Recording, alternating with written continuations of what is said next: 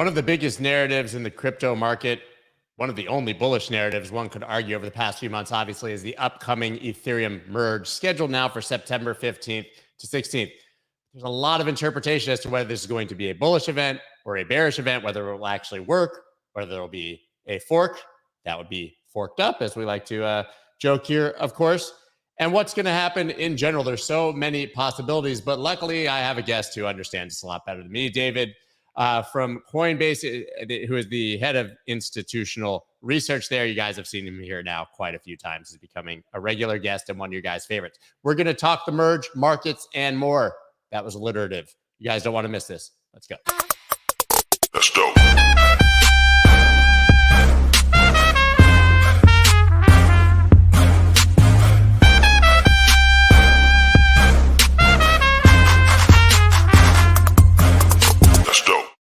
What is up, everybody? I'm Scott Melker, also known as the Wolf of All Streets. Before we get started, please subscribe to the channel and, I don't know, take two fingers and merge them on the like button. Clever, huh? Dad joke. I got dad jokes for days. Dad jokes for days, kind of my thing. So, guys, yeah, as I alluded to earlier, the merge obviously is a huge narrative right now. We're seeing this sort of market-wide correction right now. Hard to tell, I would say, at this moment for those of you who are actively or aggressively trading it, whether this is the dip worth buying, whether this is the bottom, or whether we're really seeing things roll over again. It's quite a big candle and quite a big correction here. Ethereum obviously was trading over $2,000 just a few days ago now, all the way back to 1,700. Ironically, we kind of went over an Ethereum chart, I think 2 days ago here on Wednesday, and I showed you that actually when I took a look at the chart that I thought it was going to drop down to the mid 1600s, which kind of almost what happened here. So now I can gather my clout for the one time I'm right out of 99.7 attempts at charting something accurately. But nobody really cares about what's happening in the extreme short term, right? We're all trying to zoom out and have a longer term, low time preference and long time horizon. So the merge, obviously being now a month away, is starting to become the singular, I think, narrative sort of for the crypto market at this moment, at least the one that anyone not named Toxic Maxi is looking at. So as I said before, I've got David here from Coinbase to discuss this because he's had some amazing thoughts on the market. Dave, how are you, man? Oh, I'm very good, Scott. Thanks for having me here. Of course. So notably, you had actually two LinkedIn posts that I read. And I have to tell you, I was so compelled by your post that I actually went to LinkedIn for the first time, I think, in like 7 years. Mike sent them to me, and I went on to LinkedIn. I had to sign into my profile. I had 900 missed messages. But basically, talking about all the sort of seemingly now endless possibilities or combinations of what could happen with the merge, right? You have successful merge with macro being good, or unsuccessful with bad macro, and sort of everything in between. What are you thinking in general? And then we can sort of dig in. Yeah, so I would say the bull case and the bear case are starting to become more clear to people at this point. And the bull case has kind of been apparent for a while, and we recognize what that is. The reduction of issuance, for example, by around 90% because you're no longer paying miners, for example, only going to the validators, plus the fact that you're including burning, staking. So the active circulating supply should actually potentially make this a deflationary asset. We recognize that there's potential value to that, as well as the fact that about 4,000 developers a month are actually working on this thing. Like 20% of all the Web3 developers active out there are working on Ethereum. So we know that there's potential here for revenues to go up, more activity to kind of be built. And we haven't even seen yet a lot of the institutional investors really kind of coming into play. Like the Coinbase partnership with BlackRock, for example, really only includes Bitcoin as a start. But once they start including ETH, for example, that may actually push the bull case up for there. But there's a bear case as well. And you kind of mentioned one of them, which is, well, how much of this has already been priced in? Because we've known about this for 6 years. Now, obviously, there's been a lot of price movement just over the last 6 weeks to 2 months alone. And that has made things a little bit unstable. And we're seeing things kind of be reflected in the options market as well as the futures market as well. But there's also the broader concern of, well, if you actually engage in this and you turn the consensus mechanism to proof of stake, it does make Ethereum look a lot more like its Alt1, L1 competitors. And if that's the case, there's still a lot of development that needs to be done on Ethereum. That's both a good and a bad thing. We heard Vitalik Buterin actually suggest that it's only about 40% done right now. It'll be about 55% done after the merge. Well, that means that roadmap with the merge, surge, splurge, like verge, all that stuff, like still needs to get done to make this complete. And we won't see the monetary policy, perhaps, or at least the policy of the network itself ossify until later. And we don't know when that's going to be. Yeah, that's exactly what I was sort of thinking here. The bull case, as you presented, is less about the merge in a month, but about what happens afterwards, which could be months or years to play out. It actually kind of reminds me of talking about Bitcoin halvings in the past, where everybody freaks out that the halving is coming as if it's like a Y2K moment or something, and something's going to happen at that day. And then 6 months later, you start to see the actual impact of that supply decrease. And that's how I'm sort of viewing the merge here. And like you said, I mean, people forget Ethereum went from $880 to $2,000 already. And that was largely because of the merge, right? I mean, it's outperformed because of this narrative. So maybe we do have at least shorter term sell the news event. Right. And certainly there's the idea that in 3 to 6 months time, well, possibly this could start to look a lot more like a, early growth stage kind of asset because of the potential inflows that can come in on the back of this. And like I said, there's a lot of development and activity happening on here. If you want to capture that, well, we're still talking about an asset that's only at $225 billion in terms of its market cap, whereas there are trillions of dollars worth of institutional money that's kind of waiting to invest in something. And this could be a potential opportunity. But we got to kind of compare that to the alternatives, because investing is never just an absolute game. It's always about what's the next best alternative. Yeah, and I think one of the, big questions I have for you, obviously we're projecting maybe a 7%, annual yield coming for stakers. Do you think that those institutions, since you're obviously doing institutional research, do you think that they will start to view Ethereum more as a viable yield-bearing asset? I mean, yield has become a four-letter word in the crypto space, obviously. But do you think that they'll see that, looking at it like a dividend stock or something else like that? This will make it more of something they fundamentally understand. I think so. And we have to keep in mind too that that's 7%. So we did our study on the basis of projecting out how much will actually be staked, as well as how much actual active activity we're seeing, which is really kind of only raising somewhere around like 1,000 ETH a day in terms of transaction fees. But there's also going to be MEV on top of that. And, the Flashbot guys have actually suggested that could increase the yield by another 60%. So we could be talking somewhere in the order of 10 to 11%. But, I don't have firm estimates in terms of the MEV value that's going to be there. But I mean, potentially institutional investors, that is, will need to weigh what the illiquidity issues are relative to the yield benefits that it offers. Yeah, I mean, you can't get out of that. That's part of one of the silly narratives that we have, is that the minute that the merge happens, like, people are going to unstake and sell, but it takes time to unstake. It's not something you can do instantaneously. It wouldn't be a glut of supply on the market at one time. I don't think people understand that. But yeah, that's a good point for an institution to say, hey, I'm going to park this for 3 or 6 months and not be able to get liquid. Could be really risky. Right. And that makes it difficult to actually go all in on staking. Yeah. Like they have to weigh the benefits of, like, how much is that yield or potential yield value to me relative to just being able to kind of come in and out of this as I please. Yeah. And obviously it kind of brings us to the next question, which is the seemingly increasing potential here of a legitimate fork. Legitimate might not be the word for it, but obviously one of your LinkedIn posts was sort of, forked up, I think was the name of it, or something like that. And I mean, this could get really ugly. This could actually get really ugly, right? Because there's so many things that can't exist really on both chains. So people are going to have to choose sides, oracles, NFT, everything.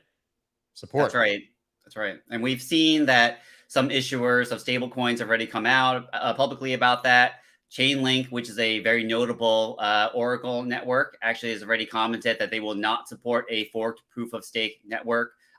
Forked proof of work network.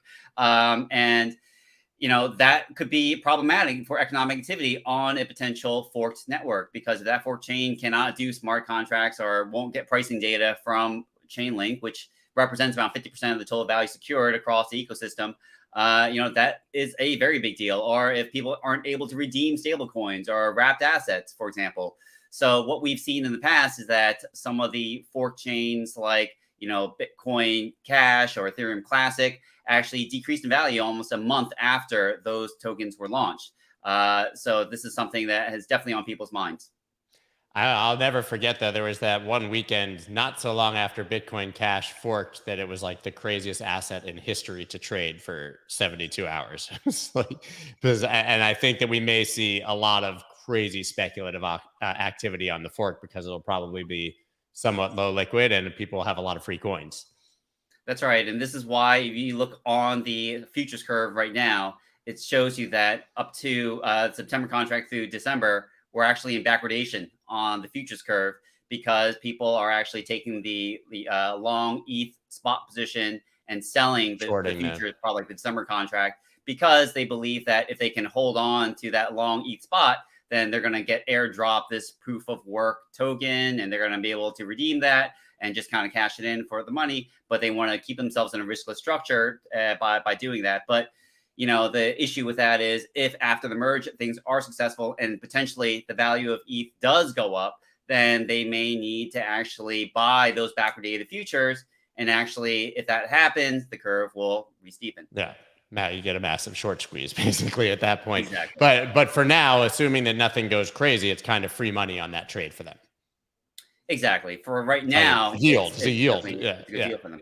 Exactly. Yeah. So, I mean, if you're an average person, this is another one of those moments where I think crypto becomes way too complicated for the average person. Like, I've already had people asking me, like, what do I do with my ETH? Do I need to send it somewhere to convert it?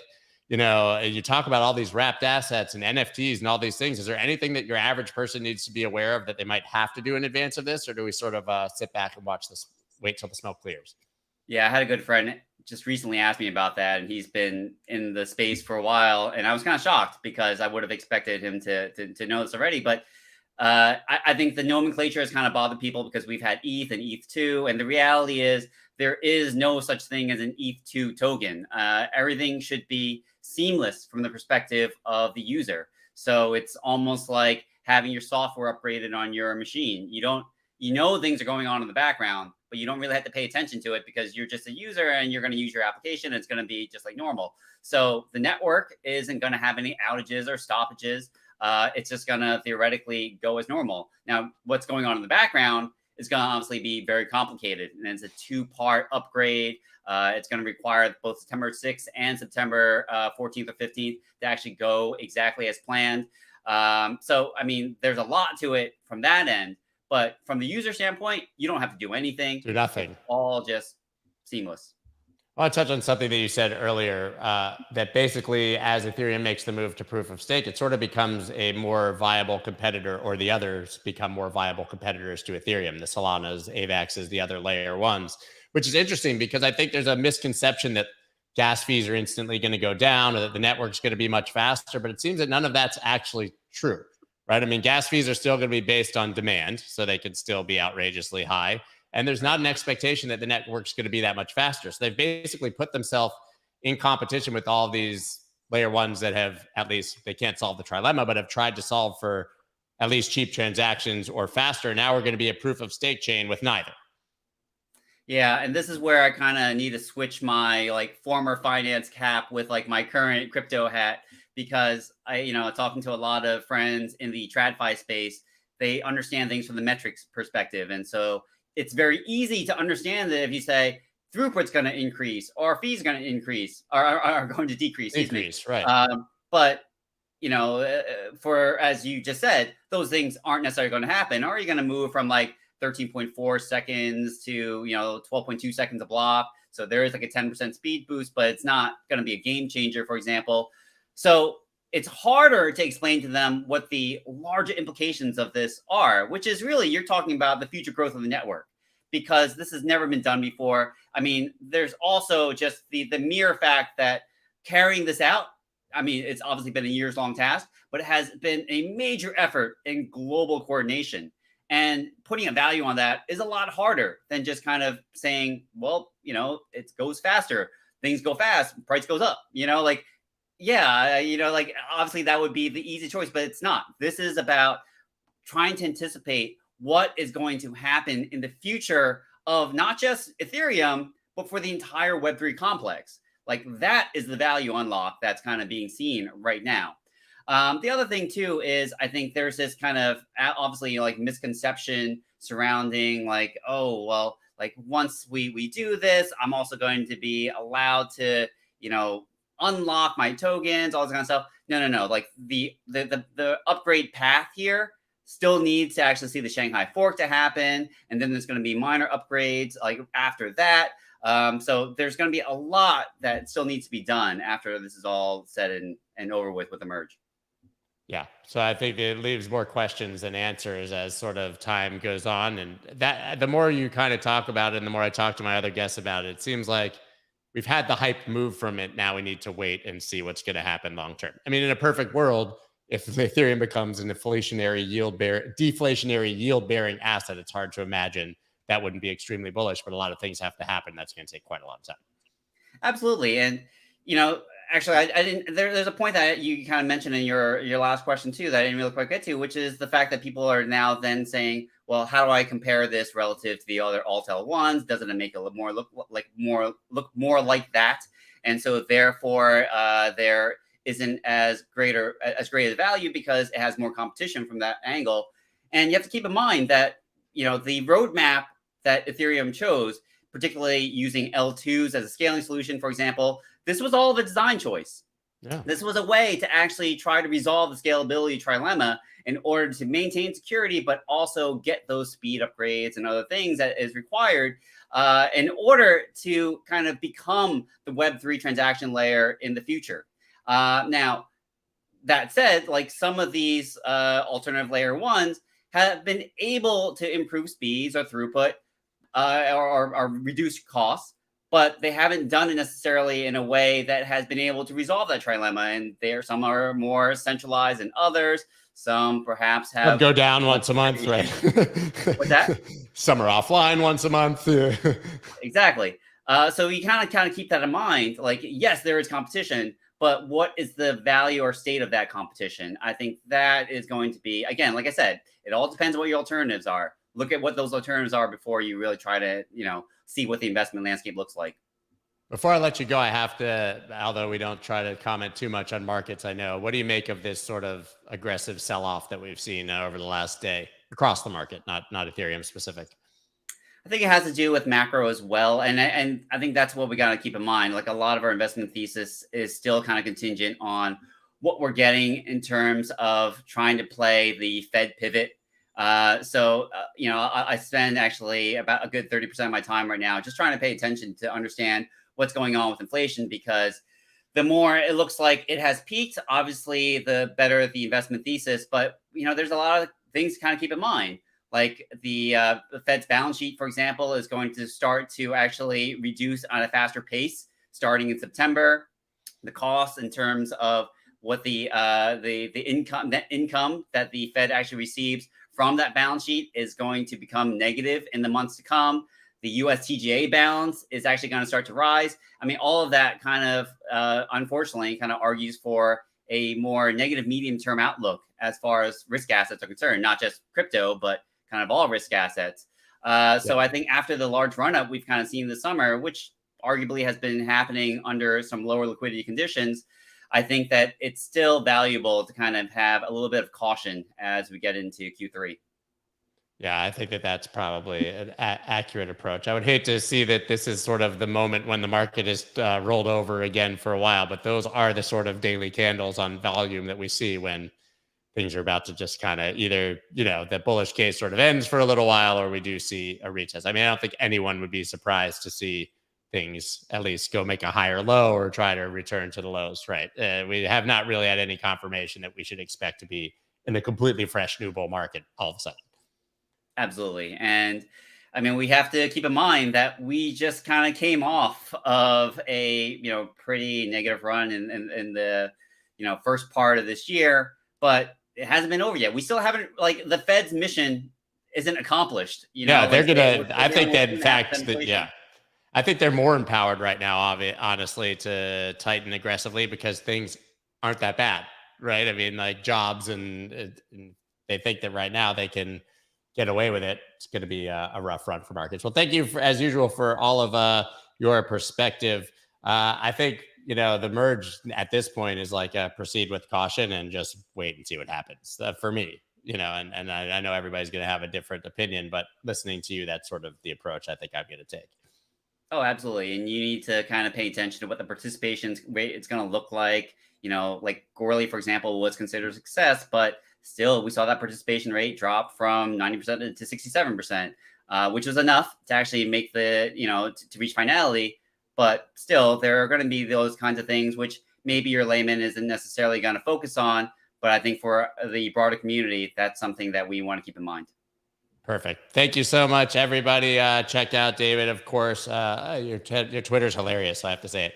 DD, that's 3Ds. It's my favorite one. Every time I'm like, David, no, DD. It's not the easiest to tell people over the phone. They're like, say that again? It's great. DD, that's 3Ds. Well, thank you once again. And I guess we'll have to come back. Maybe we'll have a merge party in a month or something, and we can watch it in real time if it actually happens. Absolutely. Okay, said. Speak to you soon. Thanks, Scott. I think the more increasingly that I talk to people yesterday, obviously I talked to Raoul Pal, Scaramucci, Mark Yusko, and everyone's sort of opinion seems to be, we just had a really nice run up because of the merge. And now it's time to sit and wait. I certainly would not expect that the merge happens and like Ethereum doubles in a week or something. That's not what I'm looking for, which means it's probably honestly what will happen. Because we're always wrong, obviously. Oh, Kev, man, is anyone else blocked? Do I have you blocked on Twitter, Kev? I love you, man. I wouldn't be surprised. You never know who gets blocked. I have no idea what you might have said, but you go ahead in the comments and put your Twitter name, and I'll unblock you. And then I'm going to block you again just to mess with you. But why not? So, guys, let's dig into the news here. Obviously, we have quite a bit going on in the market. Over 540 million liquidated as Bitcoin, Ethereum plummet. Question is that the story here?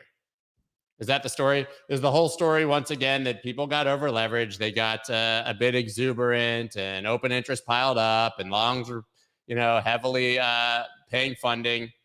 Maybe that's all that this is. And we just saw a washout for now. I mean, when you take a look at the chart, we still sort of have higher lows, but I never love to see these huge candles like we saw. I mean, I woke up this morning and kind of gave a WTF look at the chart when I first took a look, because when I went to bed, things were kind of still chopping sideways in the 23s or wherever we were at. Actually, let's take a look at the Bitcoin chart. I only have one pulled up right here, but I mean, you can see this is the weekly. This is a meaningful candle, right? Because for people who like to trade moving averages for mean reversion, obviously, it was very encouraging that Bitcoin was trading so squarely above the 200 MA for going on 4 weeks, right?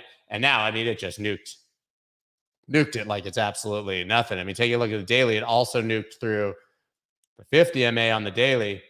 I don't think this support's particularly meaningful. It's an old chart. Nuked right through the 50 MA on the daily on really increasing volume. I mean, who knows where this day will end, but it's already the highest volume day that we've had in August. When price action is confirmed by volume, you pay attention. Right. We've had low volume, obviously, but when you see an increase in prices going down, that's confirmation of that downward trend. But you want to see that happen for a few days to really understand that better, of course. But this is a pretty bad candle, right? And now quietly 1, 2, 3, 4, 5. This is the 6th red candle in a row. And these are very toppy. I mean, I haven't been paying much attention to charts, but and hindsight's 2020. So whatever. I'm not trying to say like anyone called it or anything. But that's a topping candle. Those are 3 topping candles with those long wicks up, all kind of shooting stars right there at the top. You can see the same happened here. We talked about it actually, that when this candle happened, but every one of these local tops has had these candles basically, right? And so listen, we've had these dumps the same way. So now kind of what you're looking at here, and you can, I would say that you could argue either, but probably we just don't want to see the market nuke below like this 20,700, because that's this series of low, high, higher, low, higher, high, right? We have all these higher lows and higher highs that have made this sort of local bull trend. That's still intact above 20,700. Some would argue maybe down here at 18,933, but I think that's being a little bit bull-charted. Oh, look, I'm Kusunoki. What'd you say to me? What did you say to me on Twitter that got you blocked? I don't really. There was a while where I wasn't even like looking at my Twitter, and people were like, my team was blocking. Have you blocked? Look, you're unblocked. I literally just took my time out of this live stream to unblock you. Don't be a dick. And you're blocked again. Just kidding. No, you're unblocked. I did it right there in real time. You can go look. Tell everybody what a kind-hearted soul I am. You probably deserved it, though. I'm going to be honest. I'm assuming you did. But anyway, so that's what I'm looking at Bitcoin. I mean, it's pretty, this is pretty uninspiring. It's going to be interesting to see where the day closes, right? We definitely want to see the week closing back above that 200 MA. Otherwise, that's a massive trap, and that becomes an ugly resistance once again. Let's keep going. World's biggest companies invested $6 billion in blockchain firms September to June study. But I should have had David still talking about this. Google parent Alphabet participated in 4 funding rounds that raised a total of $1.5 billion. Block data found. Basically, it's kind of a shady metric on the way that they've determined, but this is based on how many funding rounds any company was involved in crypto, led not surprisingly by Samsung, who had 13 companies they invested in. Google invested in 4, but for $1.5 billion, quite a lot. Also, I mean, you know, we're now talking about BlackRock and Morgan Stanley, and they count as companies that are investing in the space. And now beyond just doing these sort of VC investments that we're talking about here, they're also opening the doors with the Bitcoin Trust and other products for their high net worth individual clients. I mean, quietly, as all of this sort of pain has been happening, the biggest companies in the world have been sort of getting their feet wet in the crypto space, and they don't do that, you know, without a hell of a lot of research and quite a bit of conviction. Now, these are small bets for companies of this size, of course, but we haven't really been having long conversations about Google or Alphabet and their investments, but it really is happening. I mean, $1.5 billion is a drop in the bucket for them, but it's meaningful for the crypto industry. So anyone who's making the argument that institutional involvement here is dead or non-existent, there's a lot of ways to sort of look at that. I talk about this a lot, actually, just sort of, you know, riffing here.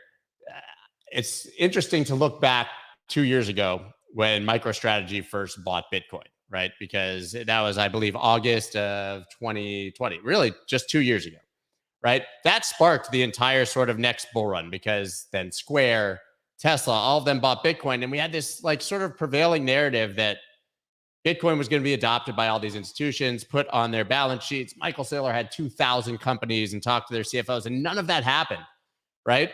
And so a lot of people said the institutional narrative was dead because they weren't adding Bitcoin to the balance sheets. But what ended up happening was that all of these companies spent their money effectively through venture capital, right? I mean, we've seen Andreessen Horowitz raise multiple billions in funds. People can leave Andreessen Horowitz and then they can raise $1 billion fund. We saw another $300 million coin fund. I mean, there's been absolutely no slowdown. If anything, a massive increase in the amount of money that's pouring into crypto from institutions. It's just happening more through VC than it is through simply buying Bitcoin. And probably actually for long-term growth of the industry, unless you just believe it's a Bitcoin only world and that this is somehow evil, which I know some of you believe because I see you in the comments. Then I think that, you know, it's not necessarily a bad thing. It's just not the approach that we thought would happen. But here you go. World's biggest companies invested $6 billion. That is a lot of monies.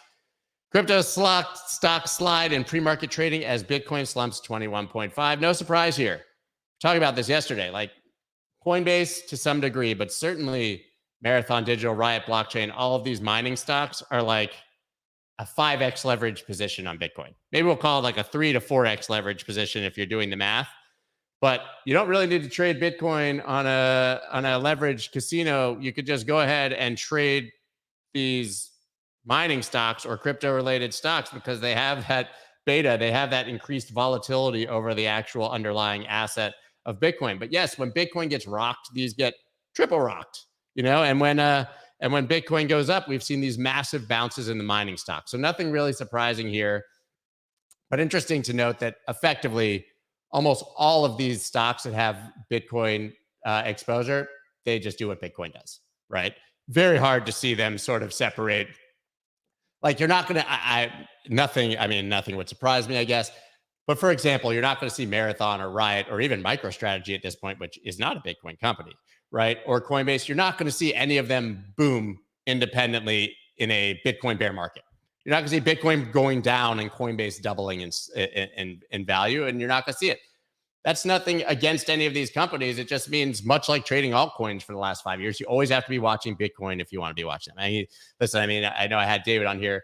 Nobody's been probably a more outspoken Coinbase stock buyer of the dips than myself. So I'm obviously willing that to be the case. I have a pretty massive position there and believe that Coinbase will be one of the most important 5 companies in the United States over the next 5 to 10 years.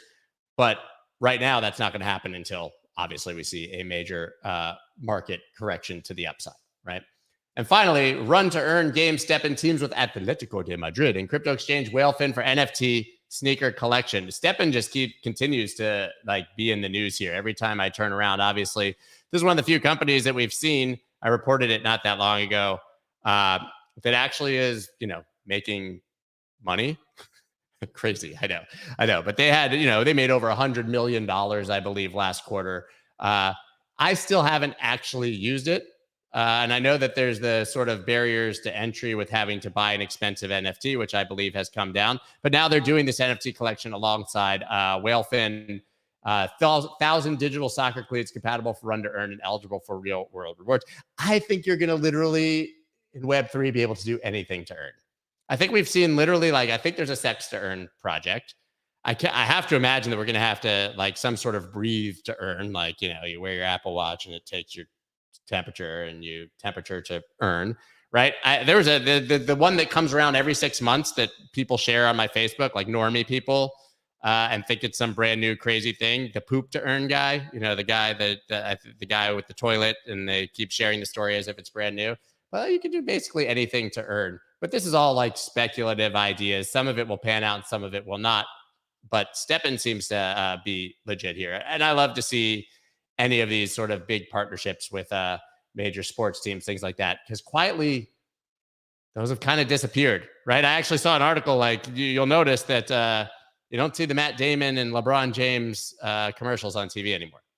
They've been pulled, right? They're not spending money on that. We're sort of, I don't think we're going to see, probably, maybe I'm wrong, any more stadiums being named after crypto companies for the next few months. I think we sort of had that hype cycle. So anything where we're seeing these sort of moves of crypto towards more mainstream adoption, I think is really wonderful. I did want to take a look at the Ethereum chart, just kind of laughing because the other day I was telling you there was this stupid meme Head and Shoulders, and we were talking about it. I posted it on Twitter. Probably the first time I've posted a crypto short chart, I don't know, in 3 years. That's just not something that I encourage people to do. I didn't do it myself, but you can see that this did actually play out sort of how we were talking about. I guess we were right around 1837. I said it looked like a short at 1851 with a stop somewhere above the 50 MA, the 1900s. Well, that got exactly what we were looking for and moved down to that 200 MA on the 4 hour in this sort of major area of demand. This would be, if this is just one of those leverage sort of washouts, this is a very reasonable place to bounce. But right now, this candle is way too ugly and aggressive to the downside to get, I would say, excited about doing anything. Bottom line, guys. Yeah, maybe I shared it and whatever. I didn't trade it, and we just had a long ass conversation about Ethereum and how to approach it. I just don't see a reason to be day trading these assets unless you're literally doing it for income and have been doing it for the last 20 years. This is just educational. It's fun to look at charts. Once again, astrology for men. This could have gone the opposite way. I had a 50-50 chance of being right. Congratulations. I did it. Nailed it. Absolutely nailed it. But yeah, guys, you know how it is. That's actually all I've got for you guys today. I'm coming over to see who else is angry that I blocked them. Nobody. We only had the one blocky over here. Scott, will you be on Banter after? Not that I'm aware of. I think Banter now is actually at the exact same time as us, which I think is they start at 9:15 a.m. Eastern time. Once again, guys, that's all I got for you. I will be back on Monday. Hopefully we will have a good weekend. Be watching, I guess, if you are watching the charts, zoom out, look at the weekly, see if Bitcoin can close back above that 200 MA. Where was that? That was around 22,900 now. So we got some work to do. That's all I got for you guys today. Have a good one. Peace out. Let's go.